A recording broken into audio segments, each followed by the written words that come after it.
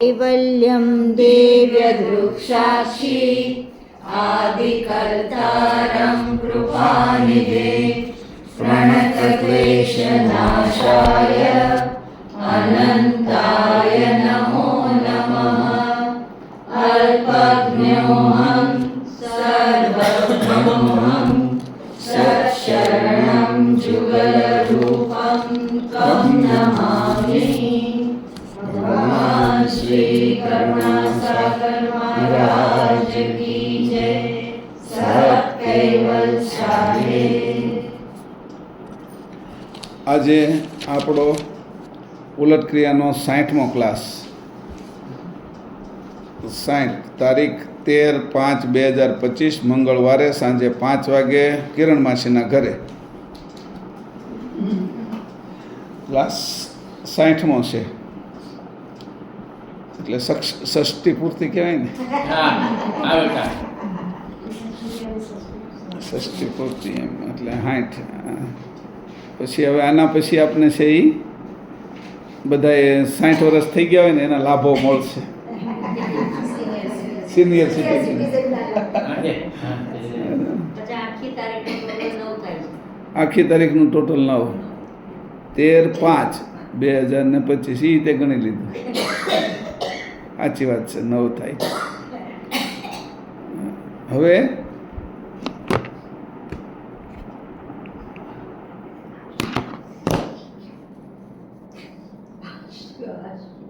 પહેલાં આપણે નક્કી પેલું તત્વકારણ એની ઉલટ ક્રિયા 4 ધનંજયનું લખવાનું કીધું હતું આપણે, વાત થઈ ગઈ કે બાકી રહી ગઈ છે? લખેલું કેટલા લોકો છે એના ધનંજય વિશે? તો અહીંથી આપણે વાંચવાનું શરૂ કરીએ। ધનંજય તત્વકારણની ઉલટ ક્રિયા મોટા ભાગનાનું તો હરખું જ આવશે, પણ છતાંય વાંચી લઈએ કે આપણે કઈ દ્રષ્ટિથી જોઈએ છીએ, કારણ કે બધાની દ્રષ્ટિ જુદી જુદી હોય। આપણે ફરસાણની દુકાને ગયા હોય ને, હા, તો બધાની જુદી જુદી દ્રષ્ટિ હોય। એમાં પછી ખમણમાં પાછા કોઈકને ચટણી ભાવતી હોય ને, કોઈને મરચાં, કોઈને ડુંગળી, એમ પાછું અલગ અલગ હોય એમાં। તો એવી રીતે આમાં તમે જે લખ્યું છે એમાં મુદ્દા તારવીએ, એકબીજાના મુદ્દાઓ તમને સારા લાગતા હોય ને તો નામ લખી આગળ નામ લખી નાખવાનું, એનો મુદ્દો લખી લેવાનો, બરાબર? અહીંથી શરૂ કરીએ મૃદુલાબેનથી, લાઇટ ત્યાંથી કરવી પડશે મૃદુલાબેનને।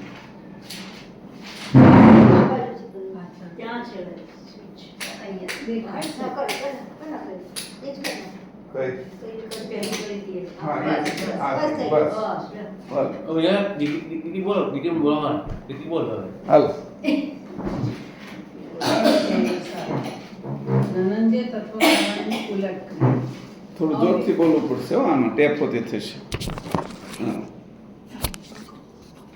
સત કૈવલ સાહેબ, ધનંજય તત્વકારણની ઉલટ ક્રિયા। અવ્યાકૃતમાંથી 4 મહાતત્વકારણ ઉત્પન્ન થયા: આનંદ તત્વકારણ, મહાતત્વકારણ, આનંદ તત્વકારણમાંથી પ્રકૃતિ તત્વકારણ અને મહાતત્વમાંથી ધનંજય તત્વકારણ। વિરાટને વિશે જે આ 4 મહાતત્વો રહ્યા છે તે એકબીજા સાથે સંકળાયેલા છે। મહાતત્વમાં આશ્ચર્યકાળના ભાગના કારણે સર્વ ઉપાધિને ગ્રહણ કરી રાખે છે અને અરૂપ રહે છે, પણ તેમાં રહેલા આનંદ તત્વના ભાગને કારણે આ અરૂપને ઉદય પમાડી રૂપ આપે છે, ઉદાહરણ તરીકે વિદ્યુત, ગર્જના વગેરે। આવી જ રીતે ધનંજય તત્વમાં પ્રકૃતિ તત્વના ભાગ રહ્યા છે, જેના કારણે વિરાટમાં રહેલા શબ્દ માત્રાને ઓમકારની આદ્ય લઈ 52 અક્ષરોનું બંધારણ બંધાય છે। જો આ પ્રકૃતિ તત્વનો ભાગ પોખ્યો ના હોત તો અક્ષરમાંથી સ્વર નીકળે નહીં અને શબ્દોનું બંધારણ થાય નહીં। આ ચાર મહાતત્વોની ક્રિયા: 1. વિષય સુખ ભુક્તમાન કરતા ઇન્દ્રિયો અને અંતઃકરણને આનંદ ઉપજે છે તે આનંદ તત્વકારણને લીધે। દેહ અંતઃકરણને વિશે મહત્તાપણું રહ્યું છે તે મહાતત્વને કારણે। ઇન્દ્રિયો, અંતઃકરણ, ગુણ, ગણ, પદાર્થ અને સકલ તત્વના કર્મને ચંચળ કરે તે પ્રકૃતિ તત્વકારણના લીધે। હવે જે ફળ ભુક્તમાન કરતાં સુખ ઉપજે છે તે વિષયાદિ આનંદ છે, આનંદને મંદ પાડે છે તે ધનંજય તત્વકારણના લીધે છે। હવે જ્યારે ધનંજય તત્વકારણની ઉલટ ક્રિયા કરવી છે તો પહેલાં તેની સાધારણ પ્રવૃત્તિ કહી કે બંધારણ કરવું અથવા બાંધવું અને રોકવું. દાખલા તરીકે રેતી અને કપચી જે જરૂરી પદાર્થો છે દિવાલને પ્લાસ્ટર કરવા માટે, પણ બંને ભેગા થાય તો પણ તેનાથી પ્લાસ્ટર બને નહીં, પણ તેમાં સિમેન્ટ રૂપી ચિકાસ ભળે તો પ્લાસ્ટર બની શકે. આ ચિકાસનું કામ ધનંજય તત્વનું છે, જેના વિના જેનો પ્લાસ્ટર અથવા રેતી કપચીથી દિવાલ ચણી ના શકાય. તેવી જ રીતે બધી જ જાતના લોટ ભેગા કરીએ તો પૂરી ભાખરી ના થાય, પણ તેમાં પાણી ભળે તો જ ચિકાસ આવે અને પૂરી ભાખરી બને. આ ચિકાસ ધનંજય તત્વની છે. મોઢામાં દાળ ભાત શાક બધું જ મૂકીને પણ લાળ રૂપી ચિકાસ ના ભળે તો બંધારણ ના થાય અને કોળિયો ગળેથી નીચે ના ઉતરે. એટલે એમાંય ધનંજય તત્વ બાંધી દે છે. આ રીતે બંધારણનું કામ ધનંજય તત્વનું છે. ધનંજય તત્વની બીજી ક્રિયા રોકવાની છે. આના માટે દાખલામાં આપણા જીવનમાં જે કંઈ પણ વસ્તુ એકધારી ચાલતી જ નથી. જીવન વૈવિધ્યસભર છે. આખું જીવન આપવામાં ધનંજય તત્વનો જ ભાગ છે, જે એકવાર ચાલે છે તેને અટકાવે છે, રોકે છે અને વિવિધતા બક્ષે છે. અટકાવી બીજી બાજુ લઈ જાય છે, બીજી નવી વસ્તુ શરૂ કરાવે છે. એક ધારું કંઈ ચાલતું જ નથી. બરાબર છે. એક ધારું ચાલે તો આપણે મોનોટોન લાગે, ગમતું નથી. એક ધારું ચાલે તો આપણે ગમે નહીં, ઉબાઈ જાય કોઈ પણ. 2-3 ગુલાબજાંબુ ખાઈ પછી એકાદ તીખું ખાઈએ એટલે બ્રેક જે મારે ગુલાબજાંબુ એ ધનંજય મારે, અને પછી નવું ખવડાવે પાછું આ ભજીયા કેવું તો તરત પાછું પાવા મળે છે. અત્યારે ધનંજય ઉપર લીધું છે ને, ધનંજયને કેન્દ્રમાં રાખ્યું કે કાળ સક્સેસ તો આવશે ને, કાળ સક્સેસ ધનંજયની સાથે લાગે ને તો એ તોડી નાખે, હા તો તરત પૂરું કરી નાખે. આ ધનંજય તત્વ એને ફેરવે, ખાલી રૂપાંતર કરે. હા, એક પ્રવૃત્તિ જે બાંધવાની છે તેને ભેગી કરી એક કરવાની છે, જેમાં આપણે વૃત્તિ વિખરાયેલી છે, જે ચારે બાજુ દોડે છે અને જેમાં અંતઃકરણ, ગુણ, ગણ, ઇન્દ્રિયો વગેરે સામેલ છે. આ બધી વૃત્તિઓને એક કરીને તેના મૂળમાં લઈ જવી અને લક્ષ્ય પરમગુરુના ચરણે જવું. લક્ષ્ય એટલે પરમગુરુના ચરણે તરફ જવું.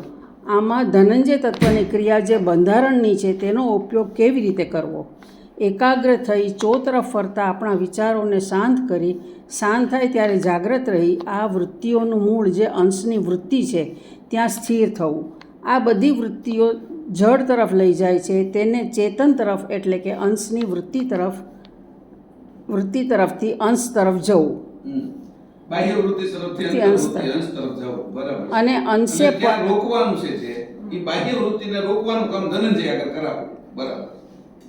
પછી અને અંશે પરમગુરુના ચરણમાં જઈ ત્યાં સ્થિર થવું. ધનંજય તત્વની બીજી ક્રિયા રોકવાની છે, બ્રેક લગાવવાની છે. આ બ્રેકનો ઉપયોગ ચોતરફ ચરતી વૃત્તિઓને રોકીને તેને ચેતન વૃત્તિ તરફ લઈ જઈ કર્તા સાથે એકમેક થવું. બરાબર છે. ધનંજય તત્વ બધાયમાં આવી ગઈ છે,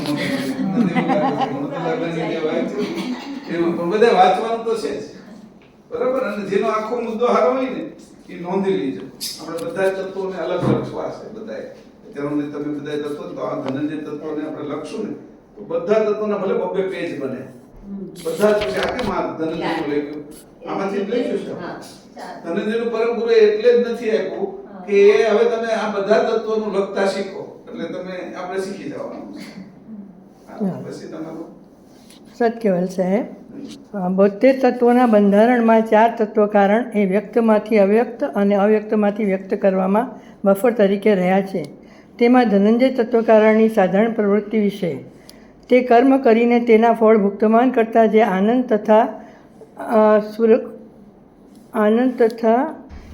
આનંદની પ્રાપ્તિ ઉપજે છે તે વિષયાદિ આનંદને મન પમાડી દે છે, તે ધનંજય તત્વકારણને લીધે છે એમ જાણવું.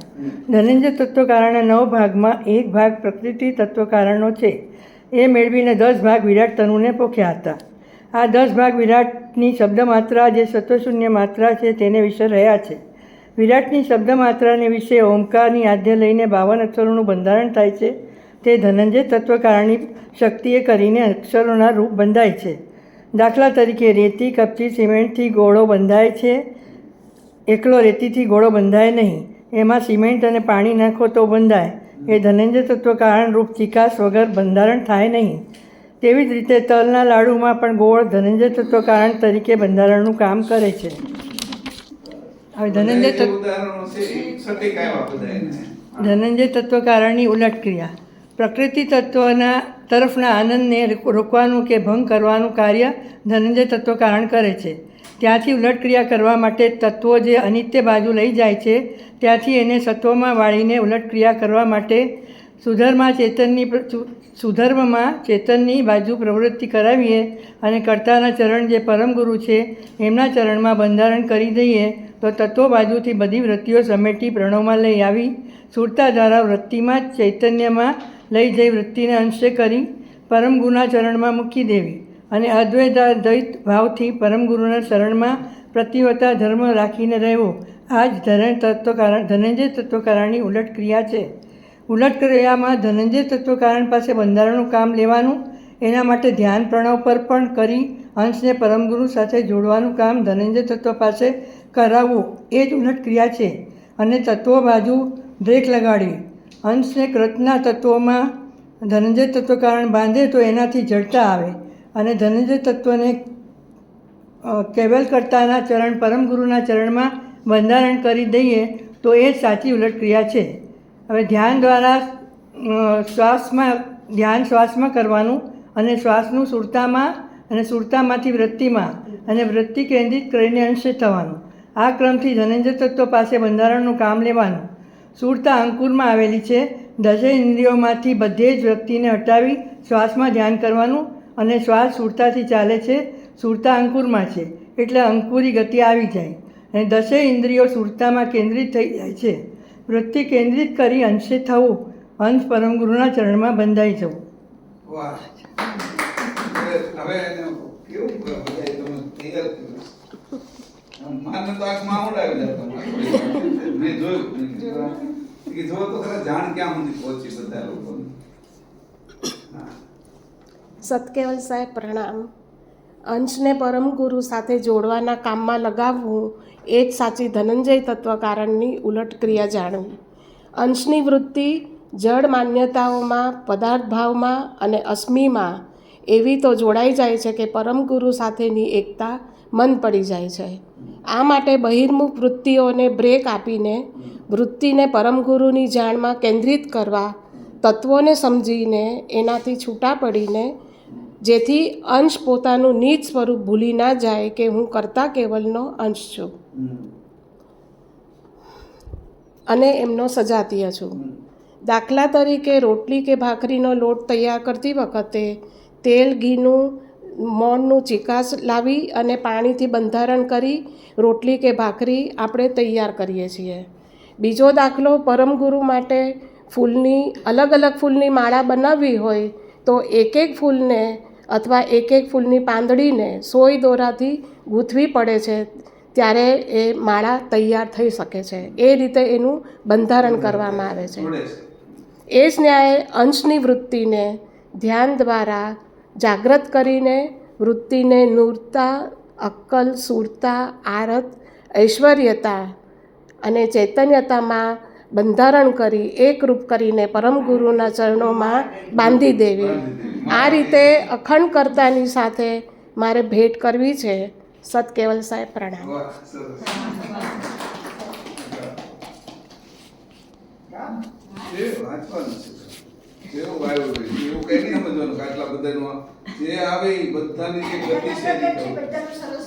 બધાનું સરસ છે. તું થોડું કહેશે નાનું છે તોય સરસ જ છે. બધાને સમજણ તમે લખી છે.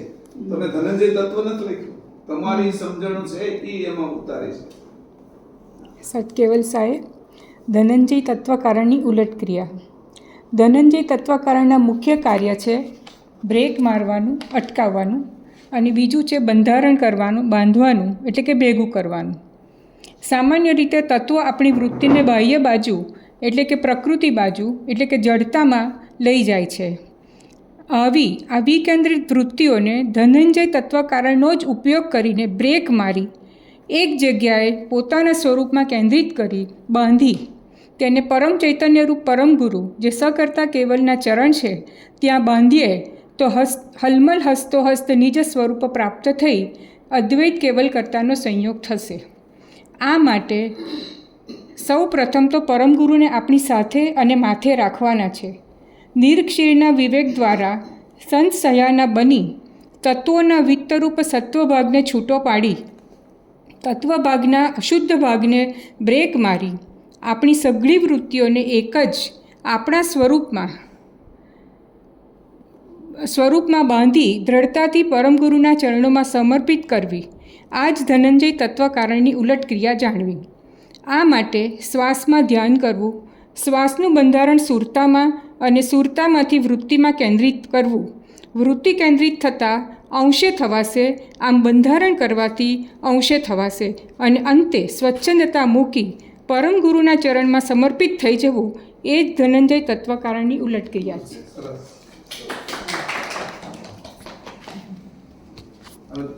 સત કેવલ સાહેબ, 4 તત્વકારણ પૈકી 3 તત્વકારણની ઉલટ ક્રિયા વિશે આપણે આગળ ચર્ચા કરી ગયા.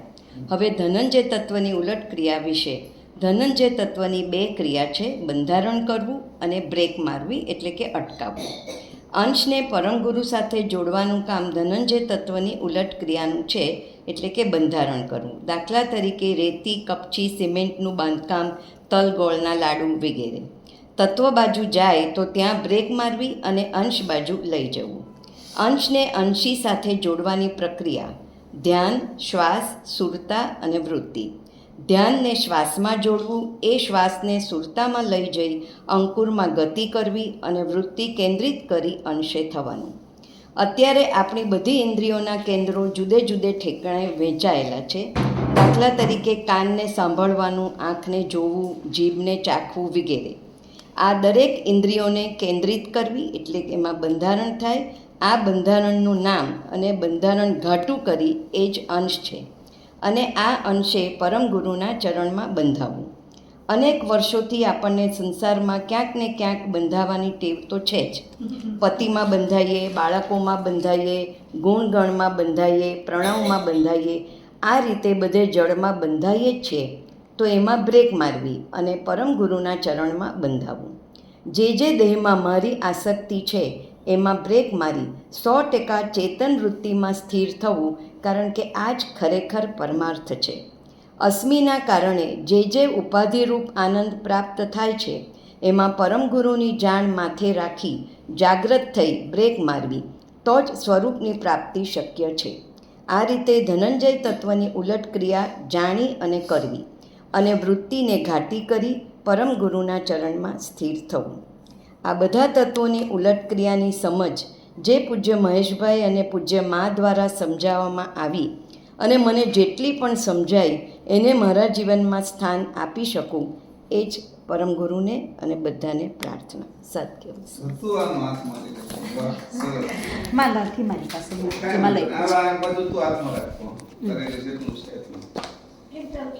એટલે પેલી બીજી બુકમાં છે, પંચમની સાથે હું પેલું લઈ આવી છું.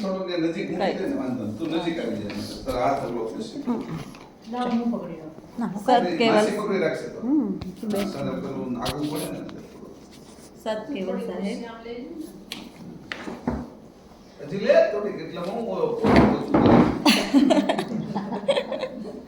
સત કેવલ સાહેબ, ધનંજય તત્વન કારણની ઉલટ ક્રિયા. આના પાના નંબર અમુક પંચમ વેદના લખેલા છે કે અમુક આ જગ્યા પરથી જોઈ સંદર્ભમાં. ધનંજય તત્વકારણ તે તેના દ્વારા ઉપજતા આનંદની અવધિ કરીને મંદ પમાડે છે. આ રીતે આનંદનું સ્તંભન કરે છે. તેને ધનંજય તત્વકારણ જાણવું. ધનંજય તત્વકારણને સમજવા માટે ધનંજન વાયુને સમજવો પણ જરૂરી છે.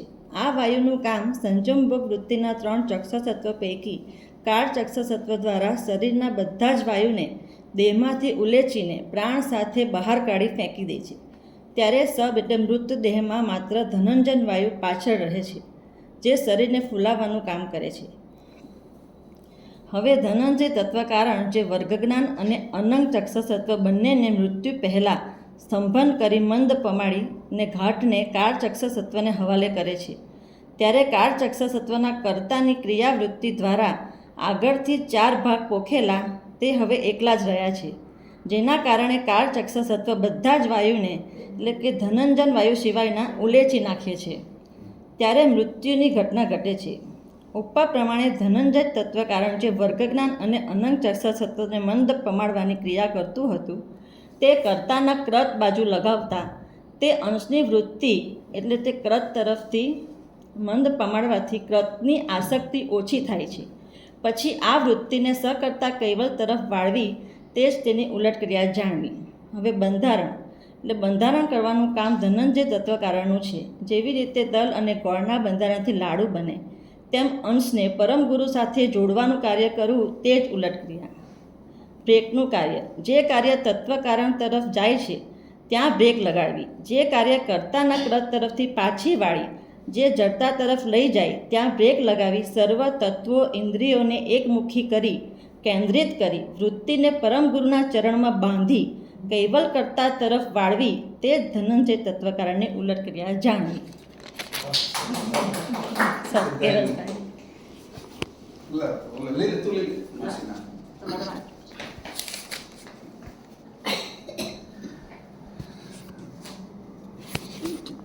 કેટલું છે જો તો બધાયનું થઈને કેટલું આપણે બધાય થઈને જે લખ્યું એ 17 થી 18 મિનિટ બધાય બોલ્યા આમાં.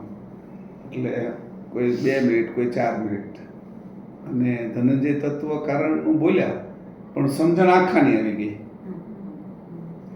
એટલે મુદ્દો એવો થઈ ગયો કે જે તમે અત્યાર સુધીના ક્લાસોમાં સાંભળ્યું છે, ગ્રંથમાં વાંચ્યું છે, એ બધાનું જવાણ અંદર બધા તત્વોની છાટ આવતી હતી અંદર.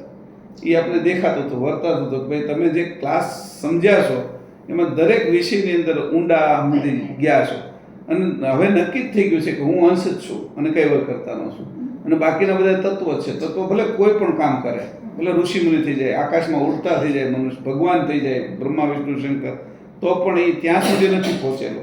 તત્વનું જ કારણ છે, એ આપણે ખબર પડી ગઈ. આટલું ઊંડાણથી તમે લખશો અને સમજશો ને એ મારી ધારણા નહોતી. પહેલી વાત કરી દો, કારણ કે મને હોતી આની અંદરથી શીખવા મળ્યું છે કે કેટલા ઊંડાણની અંદર જઈ શકાય છે. એમાં હું કરું તો છું જ બધું, પણ તમે આટલા સમયમાં જે જાણ આપણી સંસારની હતી એની જાણ તમારી ફરી ગઈ છે એનો આનંદ છે. કે તમારી જે સંસારમાં જે જાણ હતી એ જાણને તમે જાણી ગયા છો કે આ સંસારમાં જાય છે ને આ છે એ મને મારી બાજુ લઈ જાય છે, આ ઘાટ બાજુ જાય છે, આ શરીર બાજુ ક્રત બાજુ જાય છે ને આ મારી બાજુ જાય છે, હું કૈવલ કરતા બાજુ જાઉં છું. એ સમજ આમાં બધામાં દેખાણી ધનંજય તત્વ કારણનું. તો આના ઉપરથી પછી મને એક વિચાર આવ્યો કે જો આ સમજ છે એ આટલા સમયમાં આપણે બધાને બેસી ગઈ હોય, સ્પષ્ટ થઈ ગઈ હોય અને આપણું સ્વરૂપ જુદું લાગતું હોય, હવે આની અંદર કોઈ આપણે રોકી શકે એવું નથી. જે રીતે શોભામાના પહેલામાં આવ્યું કે ભાઈ આ બધા પતિ પત્ની છોકરા આપણા શરીર ગુણ ગણ એની હારે બંધાવવાની જે આપણી છે આદત, તો હવે એ આદતને આપણે ટ્રાન્સફર કરી નાખી પોતે ચેતનમાં અને ચેતન અંશીમાં, એવી રીતે આપણે બંધાઈએ. હવે તો એ જ્યારે બંધા તો આપણું પાકું લક્ષ્ય થઈ ગયું. જેનો લક્ષ પાકો થઈ જાય એની તો કામ તો કરી જ નાખે. નરેન્દ્રભાઈ લક્ષ પાકો થઈ ગયો તો તેને અણુબમ ઉપર જ પડ્યો. એનું લક્ષ પાકો થયો અર્જુનનો તો ભલે સામે ભીષ્મ હોય, દ્રોણ હોય, કર્ણ હોય, બધા જ વિંધાઈ ગયા. એટલે આપણો લક્ષ પાકો થઈ ગયો. આ સામાન્ય લક્ષની વાત કરું છું. આપણો તો ટોટલ લક્ષ, આ તો પરમ લક્ષ છે. એટલે કોઈ બોલ્યા પરમાર્થ તરફ વાળવું, હમણાં કોઈ તમારા માથે આવ્યું તો કે પરમાર્થને પ્રાપ્ત કરવું, તે પરમાર્થ બાજુ આપણે વળી જઈશું. ધનંજય તત્વ કારણનું આટલું નથી આપેલું, નહીં તમે લીધું બધામાંથી જોઈશું બરાબર અને સમજીને આટલા ક્લાસમાંથી.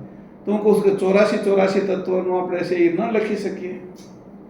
એક મારો પ્રશ્ન આવી રીતે સરસ રીતે 84. પછી બીજું કે એને લખી અને એક ટેક્સ્ટ બુક ન બનાવી શકીએ. 84 તત્વને આમ વ્યવસ્થિત બધા સાધારણ પ્રવૃત્તિ, વિશેષ પ્રવૃત્તિ, ઉલટ ક્રિયા. તો આજે નહીં તો કાલે આપણે વર્ષ 2 વર્ષ 3 વર્ષમાં તૈયાર કર્યું છે. તો એ બધું શિક્ષણમાં જશે તો આ નવી પેઢી, નવા અંશો, તો એમાં એક આંકડો મોટો રોલ હશે કે આ બધું શિક્ષણની અંદર જાય. પછી રાખશું ભાઈ 5, 6 અને 7માં આ ભણાવી શકાય તત્વોનું, ખાલી ભૂમિ તત્વ માત્રાનું, અને સ્થૂળ દેહ વિશે એનું ઘણું વિચાર કરીને લખી. પછી બીજા આગળ જાય તો ભાઈ આઠમામાં સૂક્ષ્મ દેહ, નવમાં કારણમાં સૂક્ષ્મ થતા જાય એમ કરતાં કરતાં એને તત્વો અને એની વૃત્તિઓ અને આમાં જે કાંઈ ચાલી રહ્યું છે તો 12 સુધીનો અભ્યાસક્રમ તૈયાર થઈ જાય આપણો આના ઉપરથી. એક અધ્યાત્મ, જેમ બધા વિજ્ઞાન હાલે, ગણિત હાલે છે, એમ એક અધ્યાત્મ વિષય થઈ જાય. રામાયણ મહાભારત અત્યારે ભણવામાં શરૂ કરી દીધું છે. તો અને મારા માટે આ બધા તૈયાર છે. તો આપણે સરકારે તૈયાર છે. મેં કહ્યું જો તમે તૈયાર કરતા હો ને આ બધું તો અમે જોઈને એની અંદર શિક્ષણમાં જે પદ્ધતિએ જાય ને એવું એને બનાવી નાખીશું. આપણા જે આપણો કન્ટેન્ટ છે, મૂળ આપણો જે ઉદ્દેશ છે એ એને સમજાય અને એવી રીતે એ બને કે જે એ ભણતા ભણતા આ સ્થિતિને પ્રાપ્ત કરે. એટલે પ્રેક્ટિકલ એ થતું જાય ને. તો હું એવું માનું છું કે આટલું આ કર્યું ને, આ ક્લાસ જ આપણો વિશેષ છે. આ ષષ્ઠી પૂરતી જ આપણે સમજીએ કે આ આપણું જે છે તો આપણે બધાને હું આપીને જઈશું એમ. તો આપણે બધા એટલો સત્સંગ કર્યો છે, એકમાંથી બીજામાં, બીજામાંથી તમારા બધા એમાં આગ મોટી થઈ જાય તો આ બધા જ લોકોમાં જાય એમાં. ટીપા ટીપે સરોવર ભરાય ને એવી રીતે મોટું મોટું સરોવર થઈ જશે. તો હું એમ કહું છું કે આપણે 84 તત્વનું એ આપણે બધું લખી નાખીએ આવી રીતે. જેમ ધનંજયનું લખ્યું છે ને એમ આમાં છે જ. આપણે ક્લાસમાં જોઈ લેવાનું, થોડો આપણી રીતે અભ્યાસ કરવાનો. પહેલાં બધાનું લખવાનું, પછી સંકલન કરવાનું. બધા જ બુક બનાવે, પછી સંકલન કરી. સંકલન જે કરશે એ બધાના મુદ્દાઓને એકત્રિત કરી અને ટેક્સ્ટ બુક જેવું કરી નાખશે. તો ભવિષ્યમાં જે આખી દુનિયાને બધા અંશોને આપવું, એમાં હિન્દુ મુસલમાનને કાંઈ લેવા દેવા નથી. ખ્રિસ્તીઓ મનુષ્ય જાતિને આપણે આપવું છે. તો મનુષ્ય જાતિ અત્યારે જે દુઃખી થાય છે, લડાઈ ઝઘડા આ તે એની માન્યતાઓના કારણે, ભિન્ન ભિન્ન માન્યતાઓના કારણે, તો એ માન્યતાઓ બધી એકમાં આવી જાય, જડતા મટી જાય. નહીં, એ ગુજરાતી થાય પછી લેંગ્વેજ ટ્રાન્સફર કરતા વાર નહીં લાગવાની. હું એમ કહેવા માંગુ એવી જરૂર, મારો કહેવાનો અર્થ એ જરૂરિયાત નથી. પહેલાં આપણી લેંગ્વેજમાં તૈયાર કરો. ગુજરાતીનું હિન્દી ને અંગ્રેજી થતાં આજે કોઈ વાર નથી લાગતી. સમજાણ? આખા પિક્ચરો ઇંગ્લિશમાંથી ગુજરાતીમાં હિન્દીમાં થઈ જાય છે. સમજી લે? એના માટે કાંઈ છે નહીં. ગુજરાતીના હિન્દીમાં અંગ્રેજીમાં થઈ જાય. તો આપણી ભાષામાં આપણે તૈયાર કરશું, પછી એને જોઈશું. પહેલાં આપણે તૈયાર તો કરીએ. તો આપણે આ કરવું જોઈએ કે નહીં, એમ તમને હું પૂછું છું. આ આપણે કરવું જોઈએ આપણે લોકોએ. કારણ કે આપણે તો હવે આપણા અંશ સિવાયનો આપણો લક્ષ્ય જ હવે નથી રહ્યો. આપણે અંશે જ જઈશું, અંશે થઈ જ ગયા છીએ અને અંશે જ થઈશું અને અંશે જ જઈશું. અને આંખ ખુલ્લી જ આપણે છોડવું છે. શરીર ખુલ્લી આંખને જાગ્રત અવસ્થા ગમે જાય, મરી જાય ને ગમે કટકા થઈ જાય ને, તો આપણી આંખ ખુલ્લી હોય જ્યારે પ્રાણ છોડીને ત્યારે પૂર્ણ આ શરીર જેમ કપડાં બદલે ને એમ જ બદલવાનું છે આપણે. આ તો નક્કી જ રાખવાનું છે આપણે બધા. અંશ તો અંશને પ્રાણ નથી છોડવાના, પણ પ્રાણ જ્યારે છૂટશે ત્યારે જે રીતે પરમ ગુરુએ પેલા આપણે પ્રેમદાસને છોડાવ્યા પ્રાણ ઉપર, એ રીતે જ આપણે છોડતા થવાનું છેલ્લી સ્થિતિમાં. અને 100% જાગૃત મૂકવી નથી. જ્યાં જવું હોય ને, ભાઈ વૈકુંઠમાં જવું હોય તો વાંધો નથી. આપણે કૈવલ તો જાણીએ જ છીએ. આટો મારીને વળી પાછા કૈવલમાં વહી જાય. આપણને તો ખબર જ છે ત્યાં કઈ આપણે ના પણ કદાચ ઇનકેસ એવું થયું એને, ઇનકેસ એવું થયું કે હજી મારે પૃથ્વી પર એવું છે, પણ તમારું હવે તમે કેવલ હવે ઘી થઈ ગયું. ઘી હવે પછી દૂધમાં નાખો કે પાણીમાં નાખો કે છાશમાં નાખો, એ ભળવાનું નથી. એમ કોઈ પણ જગ્યાએ અંશે થઈ ગયા પછી શરીરની હારેના સંબંધોમાં આપણે હોવા છતાં નથી. મારું તમને કહેવાનો અર્થ એ છે કે હવે એ સ્થિતિ થઈ ગઈ, તો આપણી આ સ્થિતિ થઈ ગઈ ને આટલું આપ કરતા આપને હોતી એટલું સમજાણું. આપણે ડીપમાં ગયા તો આટલું કરશું ત્યાં તો અંશે જ થઈ જઈશું. આ 84 તત્વનું આપણું માટે કરું છું. હવે બીજા માટે આપણે અલગ મૂકી દઈએ. મારા માટે જ મારે કરવું છે કે આટલું આ મને જો એક તત્વમાં આટલું સમજાઈ જતું હોય, એટલું બધું મને ધ્યાનમાં આવતું હોય, તો હું બીજો સમય હું કામ બગાડું? રોજ 2, 3, 4 કલાક હું આમાં કેમ ના આપું? એક તત્વ છે તો લીધું, બે દિવસમાં એ તત્વ વિશે જેટલી માહિતીઓ મળે જેટલામાંથી એ બધેથી ભેગી કરીને આપણે પેલા લખી તો નાખ્યા જ છે બધા એના પોઈન્ટો. હવે તત્વોમાંથી જાતી માહિતી મળે ને આપણે બધા ઉલટ ક્રિયાના તો છે જ, તો એને વાંચીને વિશેષ રીતે આપણે લખતા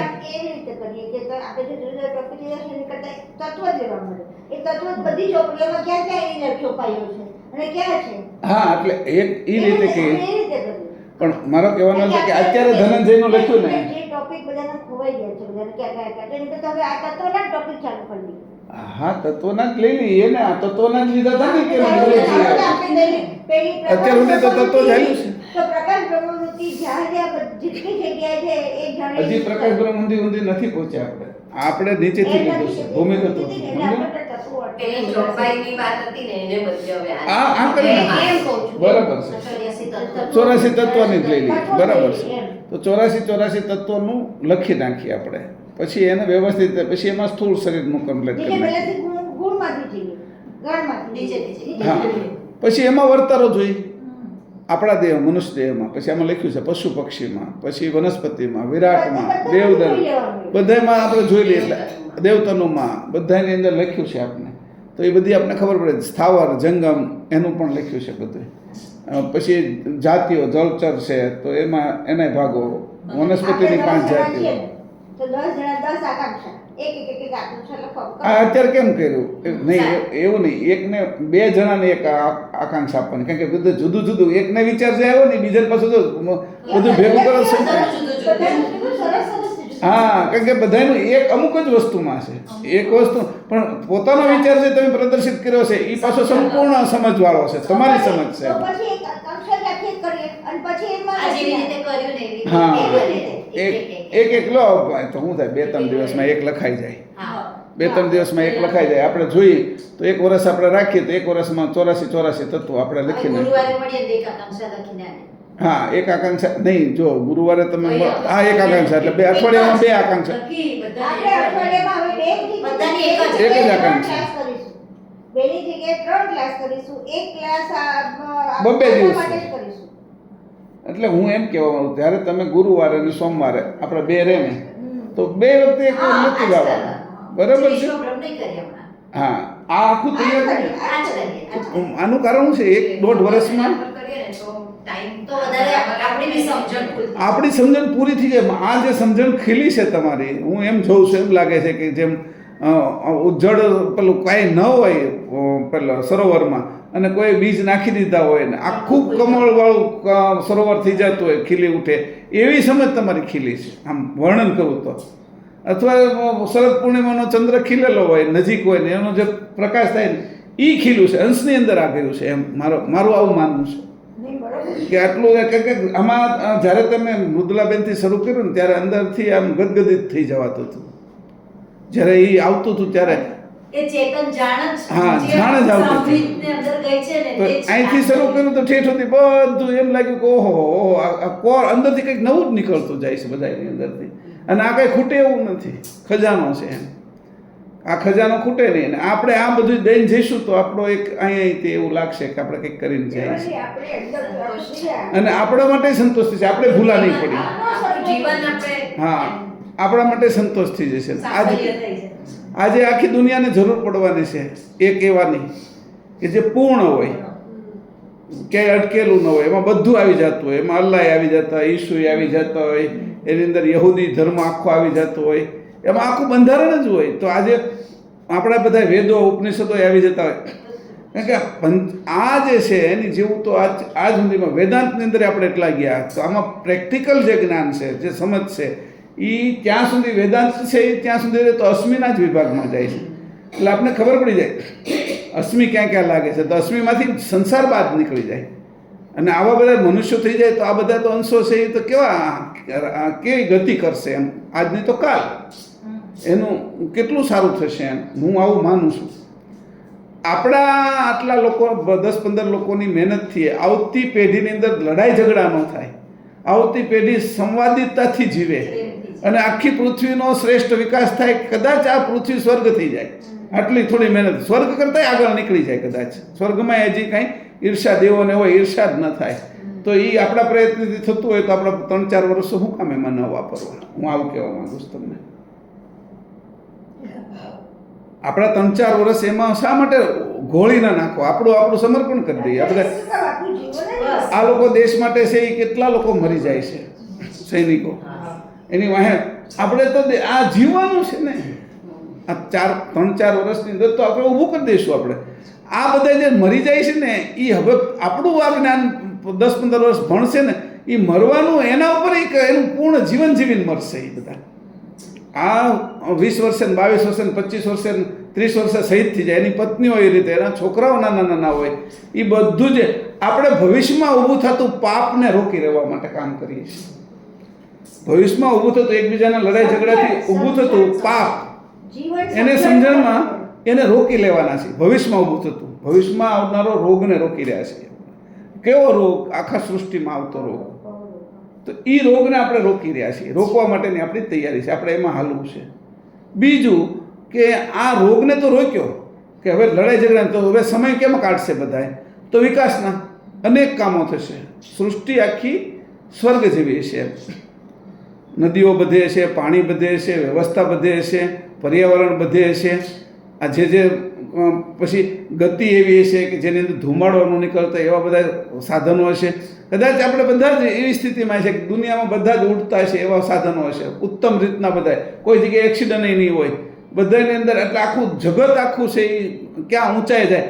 હું એના માટે તમને એક પોઈન્ટ મૂકું છું. આપણું આ અંકુર છે, આ આપણે અહીંયા અંકુર આપણે બધા વચ્ચે મૂકીએ છીએ કે આ વાવવું છે આપણે, અને આવું જગત બનશે.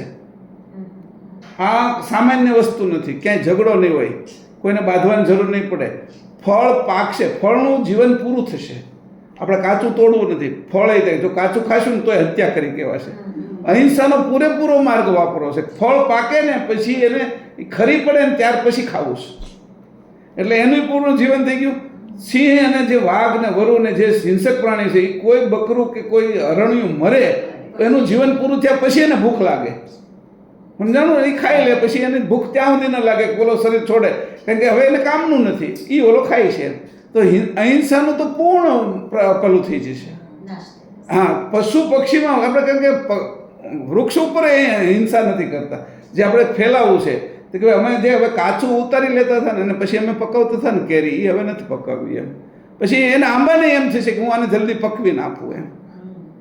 એટલે એ ઉત્તમ પકવીને આવશે. મીઠાશી એટલી છે, જમરૂખમાં એટલી મીઠાશી છે, કેળા એવા બનશે, અને એવા સત્વો એની અંદર ભરેલું છે કે એ પાછા બધા ખોરાક ખાતા હશે. આ બધા તો આમે સત્વ બુદ્ધિ થઈ જશે બધા. કહેવા હું એવું માંગુ છું કે બધા જીવોમાં અંશ છે એની જ્યારે બાકી અનુભૂતિ આપણને થશે પહેલા, અને એ બધાને થશે. તો આપણે પ્રસાર થશે. શરૂઆત તો જેવી રીતે ચેતન જાણનો પ્રસાર આપણા થયો અને આપણી અંદર જે આખી સમજણ ખુલી, એવી જ રીતે આ ચેતન જાણ જ્યારે બધામાં દરેક જશે. જશે તો કેટલો ફેર પડશે. પછી સરહદ ઉપર જે સરહદ રહી નહીં, આ બધા સૈનિકો તો નવરા છે. કેટલા પ્રકારની ખેતીઓનો વિકાસ કરશે, કેટલા પ્રકારના પાણી, કેટલા પ્રકારના વાહનો બનાવશે, કેટલી નહેરો ઊભી કરશે, કેટલી પ્રમાણની અંદર ક્યાંય અતિવૃષ્ટિ નહીં થાય, ક્યાંય છે દુકાળ નહીં પડે. ગાયો, પશુ, પક્ષી બધા એટલા કલરવ કરતા હશે કે આખું જીવન જ શ્રેષ્ઠ થાય એમ. કારણ કે વચ્ચે સરહદો જ નથી, પોલીસની જરૂર નથી, અંશો છે, કોઈ ગુનો જ કરતા નથી. ગુનો જરૂરિયાત શું કામ છે ગુનોની? ઓછું પડે છે, કંઈ તકલીફ પડે છે, મને મારી સગવડતા નથી હચવાતી, એ બધું હચવાઈ જાય પછી કંઈ ગુનો નથી. પછી તો એની આગળ એક ભજન રહેશે કે હું મારા કર્તા સાથે કેમ મળું. એને સમય મળે છે બધાને. તો હું એવું કહેવા માગું છું કે જો આપણાથી આ થતું હોય, આ તો બીજ છે, કોઈ ગમે વાવે. કોઈ આપણે જે દેશમાં છે આપણે ગુલામી હતી, અંગ્રેજો હતા, તો કોઈ પહેલાં શરૂઆતમાં આ અંગ્રેજોથી ગુલામીમાંથી છૂટું ને સ્વતંત્ર થવું, એ કોઈએ પહેલું બીજ તો વાવ્યું હોય ને. પેલું બીજ તો વાવ્યું ને મનુશત્રુપા, એટલે મનુષ્ય થયા છે ને. આપણે મનુશત્રુપાના ડીએનએને ફેરવી નાખવું છે. હવે જે નવી જાતિ આવે ને આખી ફરી જાય, આ સમજ જાણવાળી થઈ જાય. આ અજાણ છે ને.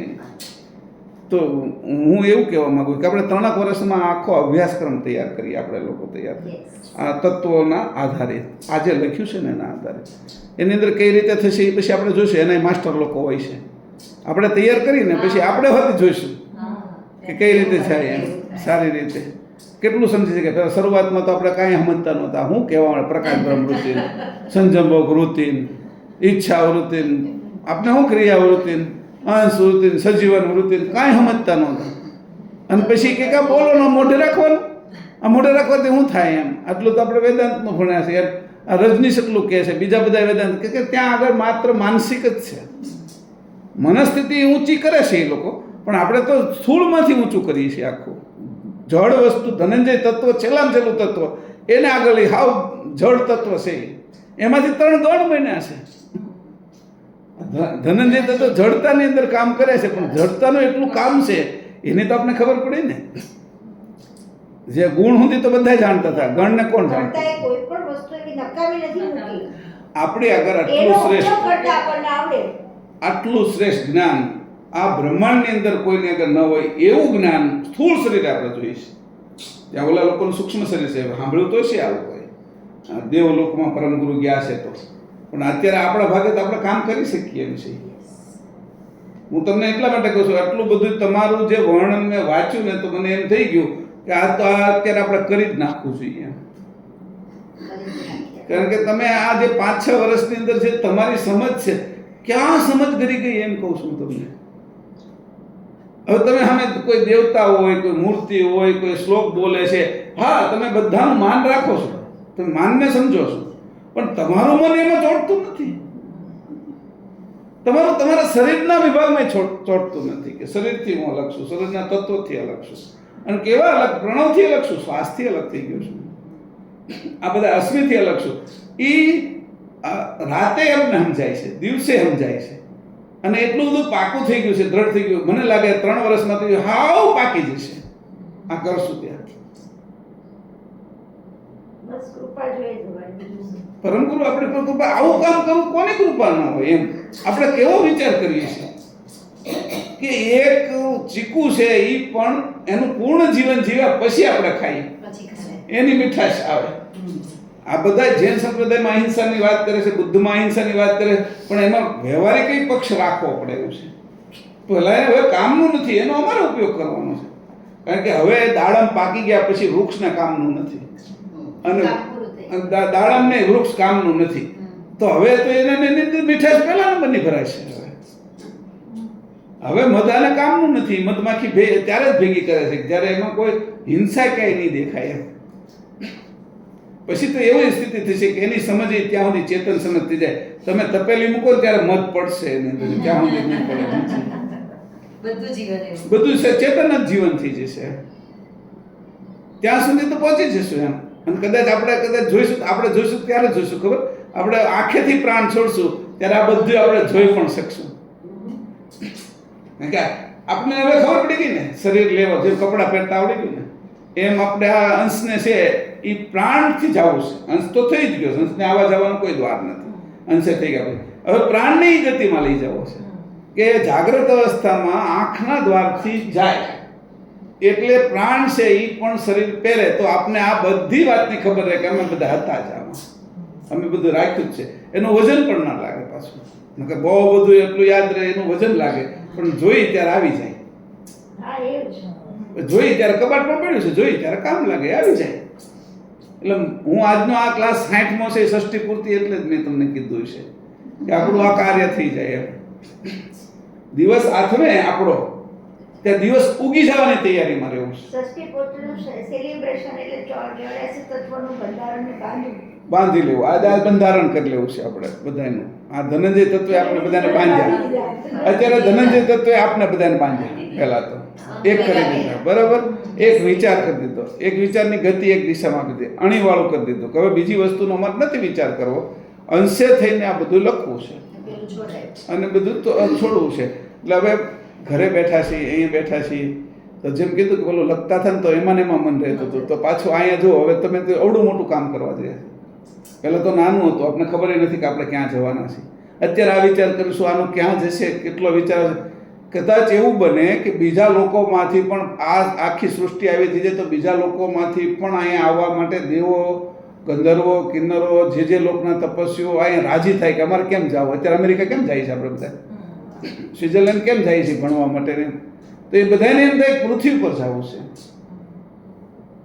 અને એમાં કદાચ આપણે જ હોઈએ, આ ટીમ જ હોય એમ કામ કરવામાં, આ જ અંકુર હોય એનું એમ, એના ભાગ જ જઈશું આપણે અંકુરના. હું કાલ્પનિક વાત નથી કરતો, મેં ઘણું કામ સંઘની અંદર એ રીતે કર્યું છે ને, એટલે કહું છું ને, કલ્પના છે જ નહીં. મેં આજે તમને જોયા ને તો મને એમ લાગ્યું, અને જે તમારી સમજ જોઈ, બુક નથી જોઈ, અક્ષર નથી જોયા, તમે બોલ્યા એ વાણી નથી જોઈ, તમે જે બોલ્યા એમાં સમજ હતી ને એ મેં જોઈ. વાણી તો આ છે, અક્ષરો છે, કાગળ છે, બુક છે, પેનના સાઇન છે, એ નથી જોઈ, તમે નથી જોઈ. તમે જે ઉતાર્યું છે અને વાણી તમારી મેં નથી સાંભળી, પણ તમારી જે જાણ અડેલી તમે જે જાણેથી લખ્યું છે ને એને જોઈ મેં.